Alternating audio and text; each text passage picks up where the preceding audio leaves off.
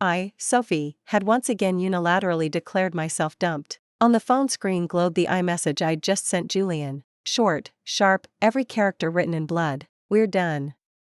3 seconds later the screen lit up. An icy question mark. Before we go on, please subscribe to this channel and tell us in the comments where you're listening from. I flipped the phone face down on the quilt, pulled the blanket over my head, trying to shut out the pressure that single punctuation mark radiated. My waist felt dismantled and reassembled, aching, limp, no longer mine. My legs were staging a silent protest. Me, 20 years old, in the bloom of youth, a dance major senior who could fold herself into origami, actually felt the unbearable weight of life because of a guy 1 year younger than me. Did that make sense? Hell no. I snatched the phone back and rattled off another text. "Julian, we're incompatible. I want a soulmate connection. You're nothing but surface." The message floated away. Sam. I knew it, he was countering me with silence again. To the outside world he's the revered, frosty campus king, the court whose pheromones rain down every game, the student body president whose word is law. In front of me, though, he turns into an oversized, golden retriever on Red Bull, prim and proper until I pounce first, then flipping the script and chewing me until even crumbs of my bones are gone. Remembering last night, I'd finally mustered the courage to test the queen ride technique Lindsay the bestie taught me. Less than 3 minutes later he rolled me under him and then there was no then. Only the present me, waist screaming, wanting to die on the spot. I rolled across the bed in grief, grabbed my phone, and texted the accomplice bestie, "Lindsay, I dumped him." Her call burst through in seconds, vibrating with glee. "Holy crap, for real? Why this time? I need the deets, every last one." I croaked, because the ship of love sank in a fitness gap. 3 beats of silence, then howling laughter detonated in my ear. "Bwahahaha. Sophie, you're soft. Didn't you swear the senior would handle the freshman? How'd you get counter-killed again?" Through clenched teeth, he cheated.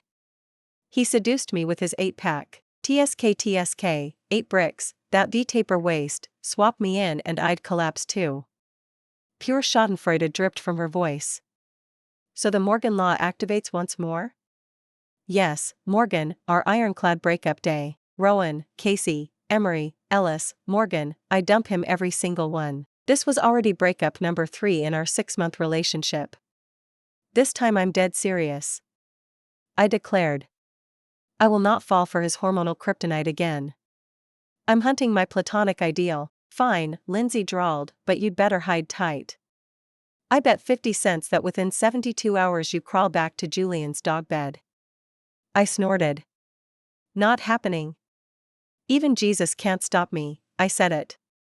A real woman keeps her word. The better the guy's waist moves, the faster I sprint. To prove my resolve, I drafted the 3-day no Julian plan. Step 1, block and delete in one breath. Yet when I opened his avatar, my candid shot from our first Rowan, sunlight gilding his profile, lashes like mini fans, straight nose, pale lips hinting heartless, the finger froze. That face, the day he auditioned for the Sterling Dance Company, had almost made me forget choreography. After a 3-second civil war, I quietly switched him to do not disturb. Always leave a line for later, I told myself. Step 2, physical quarantine. No classes for him this afternoon, he'd definitely camp outside my dorm. I slung my backpack and beeline to the library, the one place on campus Julian would never set foot. The genius needed 0 review. I burrowed into the remotest corral, buried my face in advanced calculus, finally breathing easy. Lindsay WhatsApped, "Sophie, where you at?" Guardedly I replied, "Why? Nothing, just asking.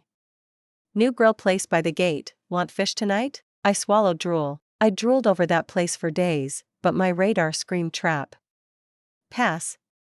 I'm drowning in knowledge, men only slow my derivatives. Comfort restored, I streamed dramas. 30 minutes later the opposite chair scraped back, a shadow fell. Without looking up, seats taken. No reply, only the cool scent of soap and a hint of mint curling into my nose. My heart jackhammered. Inch by inch I lifted my gaze. Julian sat there, a German tome in hand, expression so serene it looked accidental. Sunlight painted him gold. White shirt, sleeves rolled to the elbow, steely forearms, and that stupid expensive watch flashing. Girls nearby covertly zoomed in, cheeks pinking. Heat flooded my face. He didn't even move, invisible mesh pinned me, air thinning. His fingers, long, articulated, turned pages with obscene grace. I replayed forbidden footage stirring those hands. A cough tore from me. Julian finally glanced up, dark pupils bottomless, and slid his unopened water across. No accusation, no anger, just a flat calm, and a whisper of grievance. I actually felt sorry for him? I must have lost my mind. The library showdown ended with me sprinting away. He never spoke, those eyes alone made me forfeit in front of half the school. That night I huddled in bed, savagely attacking the grilled fish Lindsay brought. He cheated. I ranted, half sobbing. Psychic warfare, he weaponized my empathy. She kept scrolling her show. Cut the crap, you're just thirsty for that bod, shameless. A bone stabbed my throat. Jordan. I admire his talent and morals. Morals, like how he morals you into not walking the next day? Me, heart skewered. I ignored her and devoured the whole fish in mourning. Alex, I learned, stayed locked in the dorm all day. Julian didn't reappear. WhatsApp stayed silent, mission accomplished. Yet my chest felt hollow, even, a twinge of loss. I sneaked to his Instagram, 3-day blank. Since our one-hand-holding anniversary post, his feed was cleaner than his jawline. I backed out, mind racing. Did he finally give up? Did he decide I was too high maintenance? Was there another puppy in his yard? Alarm bells clanged. No way. Even if I tossed him, no vixen could snatch my chew toy. Mid-Civil War Lindsay shoved her phone at me. Sophie, campus forums nuked. The red-hot headline screamed. OMG. Ice King Julian dumped. What he did on court will melt you. Heart and throat, I clicked. Shaky footage, Julian in black jersey, game in flames. He sank a slick layup, the bench shrieked. Then, instead of high fives, he stalked to the sideline, lifted his jersey, and wiped sweat. The camera lovingly caressed 8 perfect blocks of abs, the teasing Adonis belt. Sun-kissed droplets slid, X-rated fireworks. Comments melted the server. I'm dead. Those abs. That waist, take me, why wipe sweat? Who's he teasing? He knows what that does. Hello, did you see his eyes after the wipe? I rewound. Post-wipe, Julian stared straight down the lens, an alloy of defiance, sulk, and come hither hook. In my head his voice purred, Sophie, watching? All yours, sure you don't want it back? My face combusted. Pervert. I hissed, pulse drumming. Lindsay doubled over, wheezing with laughter. We're done for, done for. Our Sophie's platonic ideals just got KO'd by an 8-pack again. I stayed deadbird stubborn, no way. I'm critiquing him, shameless. Even as the words left my mouth, my thumb disobeyed me, replaying the clip a dozen more times. Especially the slow mo on the 8-pack. I swallowed, pathetic. Quinn, I was still holed up in the dorm, not 1 foot outside. Julian hadn't made a peep either. The silence shredded my nerves until I started wondering if I'd overdone it. I mean, killer stamina isn't exactly a crime. As the older big sis, shouldn't I be more magnanimous? While I spiraled, Lindsay shrieked. Sophie. Check the campus crush wall, now. Again? Dread pooled in my stomach. She shoved her phone at me. A fresh post topped the feed. Missing, short-haired girl in white sundress, Morgan afternoon, library 3A. You dropped your German textbook. Claim it at the South bleachers, password, platonic dot. Below the text, a picture of my practically untouched German elective workbook. Anonymous poster, but I could ID the brat with 1 toe. Platonic. So he's still salty I called him shallow? Petty bastard. Comments exploded. OMG German plus white dress equals dance club senior Sophie. Wait, the captain's hunting Sterling? Didn't they break up? Hello, cave dweller? This is textbook grovel. Using a textbook. With code names. Swoon. What's platonic code for? Smells like gossip. Key point, basketball court. Varsity finals tomorrow. What's Juju planning in front of the whole school? Reading the thread felt like being spit roasted. Skip the pickup, I'm petty, cold, drama. Show up, I walk right into his trap. I scream muffled my face in a pillow. Julian. You set me up. Lindsay patted my back like a grandma. Soph, choose your battles. The stairs are laid, walk down or the entire student body will hate you when he loses tomorrow for love. I pictured it, Julian soul broken on court, bricks for shots, we lose because of me, every girl on campus laser beaming hatred. I shuddered. Fine. I'll go. I ground my teeth. But only to retrieve my property. And maybe watch him beg, strictly as a spectator. Cameron, the gym was jam-packed. Hat low, mask up, I slid into the furthest corner under Lindsay's wing. The game was white-hot, business versus engineering, dead even. I spotted him instantly. He was on fire, drives, steals, threes, whatever he wanted. Each bucket detonated cheers. Stupid heart, drumming like a pep band. Hate that even his sweat glistened in perfect choreography. Halftime, Lindsay elbowed me. 9 o'clock. Your boy scanning the stands. I looked up, his laser gaze locked onto me, GPS accurate. A crooked grin, then he mimed shooting a jumper straight at me. Heat flash. I ducked. Second half, he went supernova. 3 seconds left, down 1. Everyone assumed we were toast. Julian snatched the inbound, 3 dribbles, half-court heave. The ball carved a rainbow arc. Swish. Net kissed, buzzer blared, gym detonated. Julian.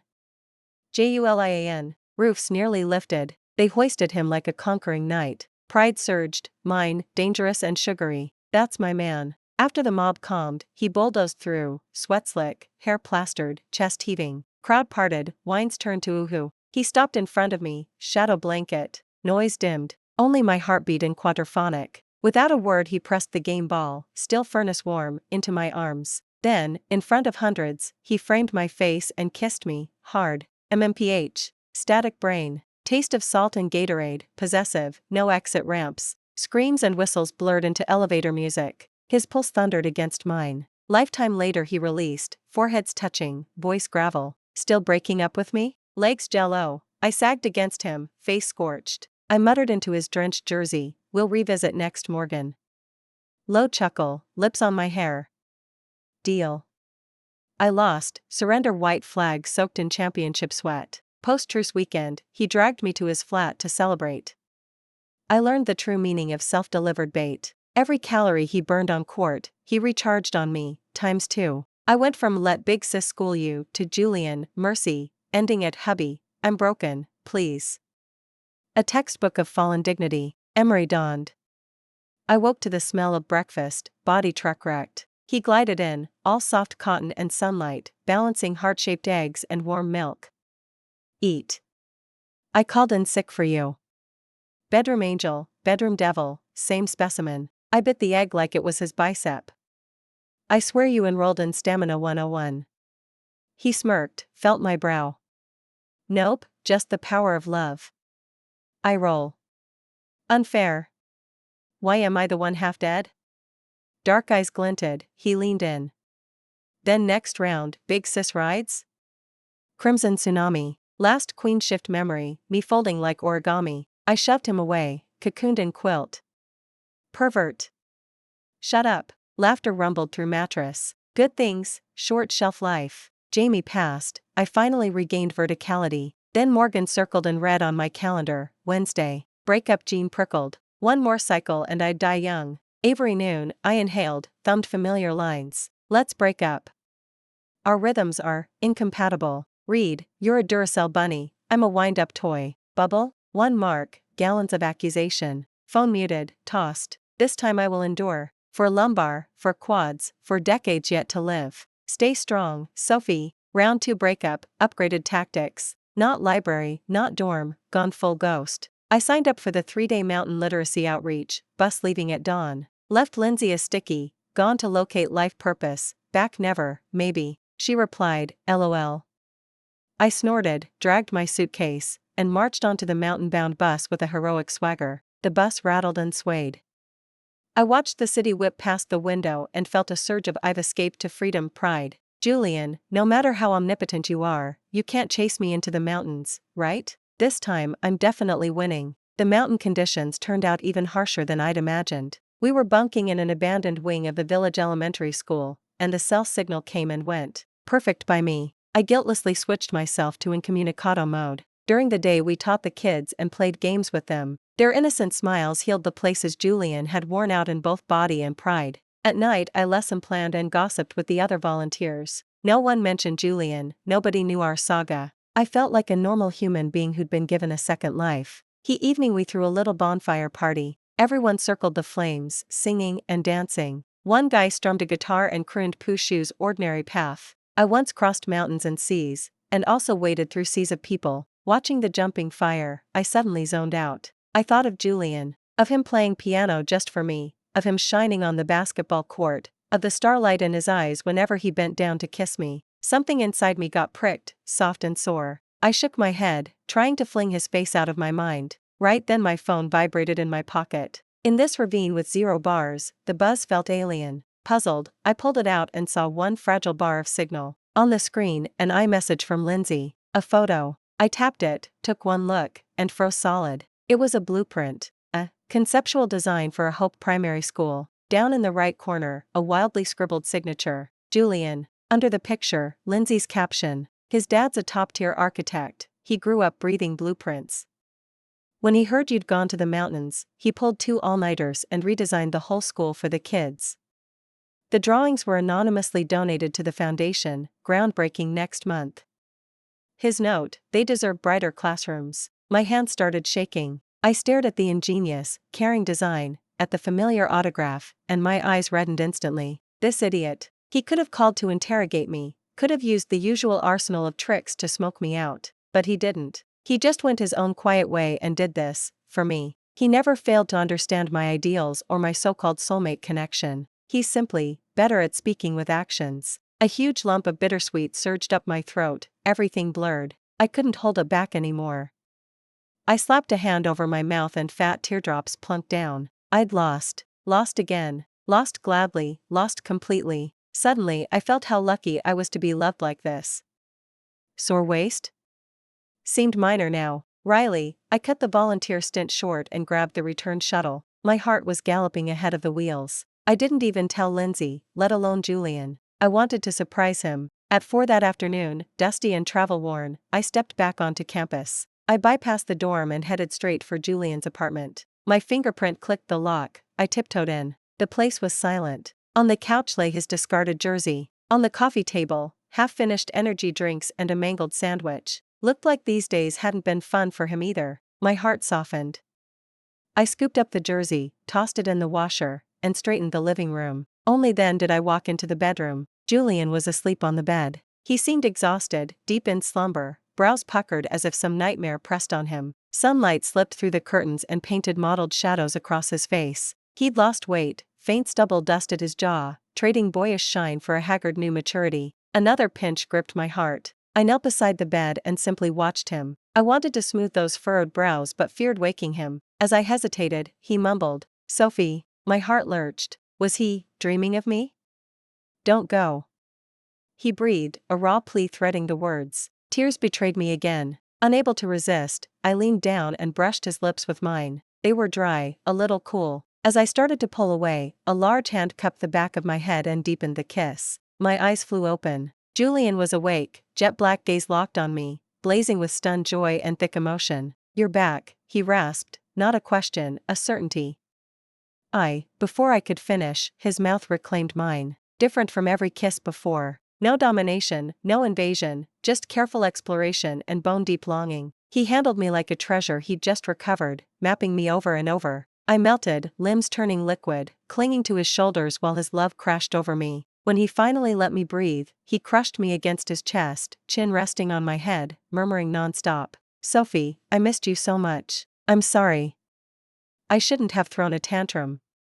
My voice was muffled in his shirt. "I saw the blueprint, thank you." He tensed, then hugged me tighter. "Wasn't for you," he insisted.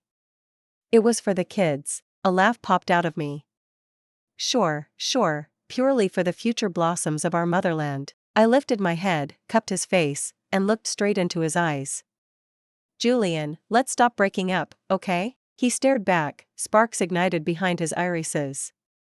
Wordlessly, he nodded hard, then kissed me again, deep, claiming. Outside, the late sun drenched the room in warm tangerine. This time I wasn't calculating Morgan's Law or worrying about my waist. I just knew I loved this man. Loved his bossiness, his gentleness, his childishness, his depth. Loved him enough to sink willingly, again and again. A true warrior dares to face gushing blood, and also dares to face her boyfriend's V-taper waist. The morning after makeup sex, for once Julian didn't drag me into morning cardio.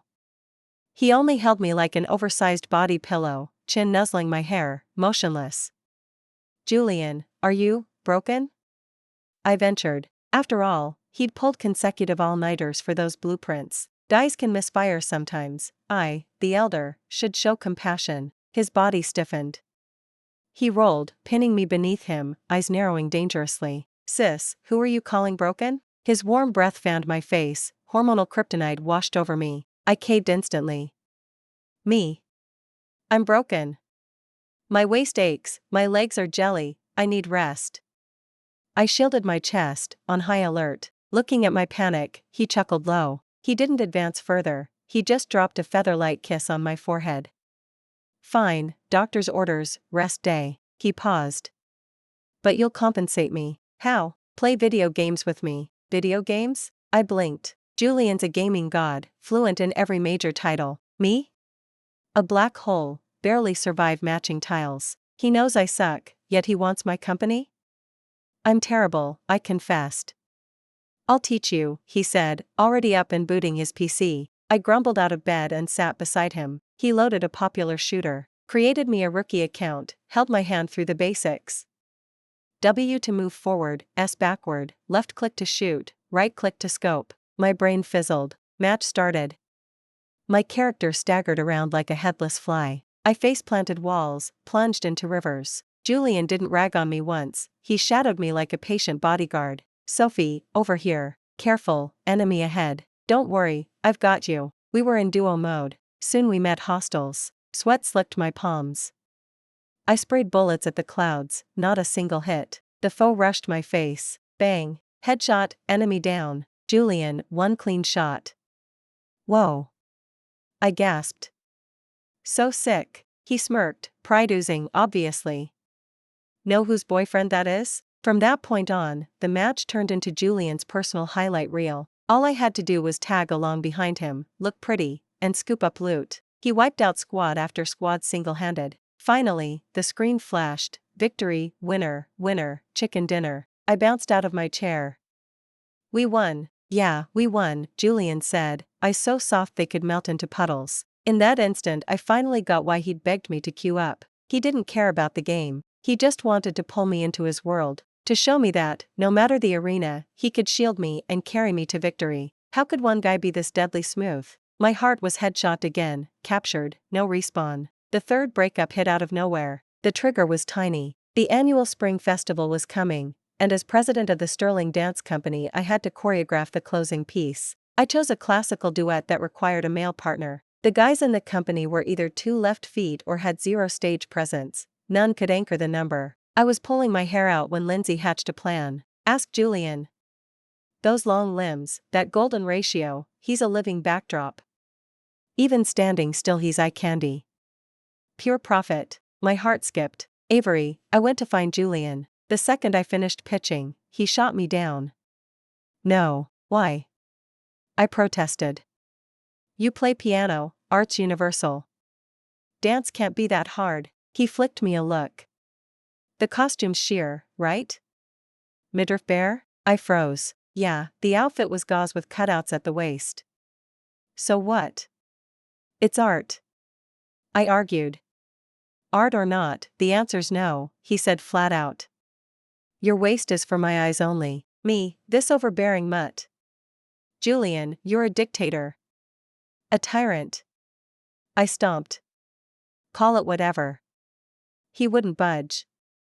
No costume, no other guy, end of discussion. You. Speechless, I stormed out and slammed the door. Back in my room, the more I replayed it, the madder I got. Who does he think he is? Weeks of rehearsal, flushed away by one sentence? Since when does he control my wardrobe? Fury roaring in my ears, I grabbed my phone. Morgan, breakup day. Julian, we're done. You futile fossil. Our generation gap is the Grand Canyon. This time he didn't text back a question mark. He called. I hit decline. He called again. I declined again. After a dozen rounds I finally snarled, what? Long silence. Just as I thought he'd hung up, his low, restrained voice crawled through the line. Sophie, say that again. The chill could have carved ice sculptures. I actually shivered. Fear pricked me, but I couldn't wimp out now. I said up, click, deadline. I stared at the black screen, stomach in free fall. Crap. This time I'd really overcranked it. For the next few days Julian went radio silent. No WhatsApp, no calls. I passed him twice on campus, he looked straight through me, a total stranger. An Arctic aura rolled off him, the 3-meter kill zone dropped the temperature 10 degrees. Even Lindsay felt the freeze. Soph, your guy, seems actually mad this time. Panic gnawed me, but my mouth refused to surrender. So let him steam. I recruited our new freshman partner, super cute and obedient. Dylan shot me the classic "you're so dead" stare. Spring Festival arrived right on schedule. The freshmen and I were slotted for the finale. Backstage, hands shaking, I painted my face while my heart hopscotched. Half of me prayed Julian would show. The other half dreaded he'd yank me off stage mid-pirouette. Humans are walking contradictions. Relax, Captain, the freshman whispered. I forced a smile. At last they cued us. I inhaled, stepped into the lights, and automatically scanned row 1 center. Empty. He really hadn't come. A wave of loss slammed into my ribs. I couldn't breathe. So he truly didn't care anymore. Music up, no time for grief. Spin, leap, every move carrying unshed tears. I had choreographed this as a love letter. Now it was a silent goodbye. The final chord faded, thunderous applause erupted. The freshman and I clasped hands, bowed. As I straightened, a lone piano whispered a melody I knew by heart. The piece Julian had played for me the first night he stayed over. I whipped around. Spotlight, Julian in a razor-sharp black tux, fingers rippling across the keys, profile carved like a god, gaze glacier cold. He wasn't accompanying me, his song clashed with my track entirely. He was crashing my set. My brain blue-screened, I just stood there. When the last note fell, he rose, ignored the audience, ignored me, lifted the mic and, voice clear, calm, lethal, declared, "Sophie. Mine." He set the mic down, turned, and walked off, spine ramrod, fury and a flicker of panic radiating from every stride. Childish. Domineering. Impossibly magnetic. He'd hijacked the stage to stamp his claim, clumsy and raw. Tears spilled, this time while I was smiling. Backstage instantly combusted. Holy crap, was that J-God? Saying Sophie's his? So they never split? Just kinky foreplay? Public claiming, alpha overload. My poor freshman partner had gone sheet white, cowering like a kicked puppy. I didn't have time to comfort him. Hiking up my costume, I sprinted down the corridor. I caught Julian at the end of the hall, backlit by moonlight, tall and alone. "Julian!" I called. His shoulders stiffened, but he didn't turn. I dashed around to face him and saw the tight line of his mouth, eyes rimmed red. "You cried?" I whispered. "No," he muttered, glancing away. "You did." I rose on my toes to touch his cheek. He jerked back. "Don't." Ice cracked in his voice. "Julian," I softened, lacing our fingers, "I was wrong. I shouldn't have dumped you or danced with someone else. I was just mad you bossed me." His hand was freezing, knuckles white. Still no words. I played my ace. I stood on tiptoe and breathed against his ear. "Hubby, I'm sorry. Don't be mad, okay? Tonight I'll do whatever you say." His whole frame locked, his Adam's apple bobbed. Long seconds later he rotated slowly, black eyes burning with lust and grievance. "Promise?" he rasped. "Promise." I sealed it with a firm kiss. The world spun. He scooped me up and pinned me to the wall, mouth crashing down, punishing, frantic, like he wanted to inhale me whole. I clung to him, drowning in his fury and relief. "Sophie," he growled against my lips, "try saying break up again and see what happens." Won't. I squeaked. "Flirt with another guy, just try." "Never ever." Still unsatisfied, he nipped my collarbone, leaving a neat crescent. "You're mine," he declared. Yes, all yours, everything," I surrendered, dignity nowhere in sight. At last the frost melted, possessive warmth flooded back. Cradling me, he strode through the chaos of crew and gawking students, stuffed me into his car, and gunned the engine. As campus lights blurred past, one thought looped in my head. I'm toast. Tonight my waist is going on a wifey sabbatical. And why am I kinda excited? I'm hopeless, absolutely no cure. College flew past us in a blur of breakup and makeup loops. On graduation day, Julian strode across the quad in his cap and gown, dropped to one knee in front of the entire faculty and student body, and proposed. Instead of roses, he held a bright red household register. "Sophie, I just graduated." He tilted his head back, eyes sparkling like quenched stars. "I don't want to be your boyfriend anymore." My heart lurched. Was this another of his stunts? I want to be your hubby. He flipped the booklet open. On the first page, head of household already read his name. Marry me, okay? The crowd went wild. Say yes. Say yes. Looking at the earnest panic in his eyes, at the fine sweat beading his temple, I laughed. I took the register, hauled him to his feet, and, in front of everyone, looped my arms around his neck and kissed him hard. Deal, hubby. I heard his shaky exhale and the thunder of cheers. The next morning we walked into the City Hall clerk's office and signed the papers. When we came out, Julian clutched the 2 red booklets, hands trembling like some country bumpkin millionaire. Sophie, we're legal now. His goofy grin made me exasperated and mushy at once. I snatched the booklets, pinned him against the marble wall outside, and kissed him again on tiptoe. Stamped and sealed, Mr. Sterling. From today on, you're mine. He blinked, then reversed our positions, banding an arm around my waist to deepen the kiss. The sun was perfect, the breeze gentle. My youth ended in the roundest full stop imaginable, and my real life, the scorching next chapter, began. Marriage was pretty much what I'd expected. Julian evolved from an overenergetic mastiff into an insatiable wolf, and I was his lone prey. Every day I teetered between wrung dry and about to be wrung drier. I even caught myself nostalgic for the Wednesday law back on campus. At least then I'd had breathing room. Now I couldn't muster an excuse for a breakup text. 2 months later I stared at the 2 scarlet lines on the positive pregnancy test and fell into a trance. Me, Sophie, 23, newlywed, pregnant. This baby was a sunrise lighting up my miserable life. I studied my flat stomach in the mirror, and a wild plan hatched. Julian wanted kids, right? Fine, he'd get one. But first, I was taking a holiday. Avery, on a pitch-black windy night, I scribbled a note, dragged my pre-packed suitcase, and pulled a wifey sabbatical. The note read, "Hubby, the world is huge and I want a look. Don't miss me, don't search. When I've recharged, I'll bring your cub home. Love, your wifey, Sophie." My chosen refuge was Seabreeze, a postcard-perfect little beach town. Sun, sand, surf, and endless seafood. Best of all, no Julian. I collapsed onto the cloud-soft bed in my B&B, sea breeze wafting in, and felt alive again. Freedom tasted amazing. I even snapped a selfie for Lindsay. She FaceTimed me instantly. Holy hell. Sophie, you're serious? You're on a baby moon escape? Obviously. I lifted my chin smugly. I'm protecting the Sterling bloodline. If I hadn't run, your future godson would have died of exhaustion in utero. Dylan went silent. Sophie, you're on your own. Julian's flipped. He called me, and I swear he's about to crawl through the fiber optic and strangle me. My stomach lurched. What did he say? Nothing much, just where is she, in a voice that froze my screen. I hung up before I sold you out. I swallowed, a little guilty. It's fine. He can't track me, new number, reservation under mom's ID, hope so. Lindsay sighed.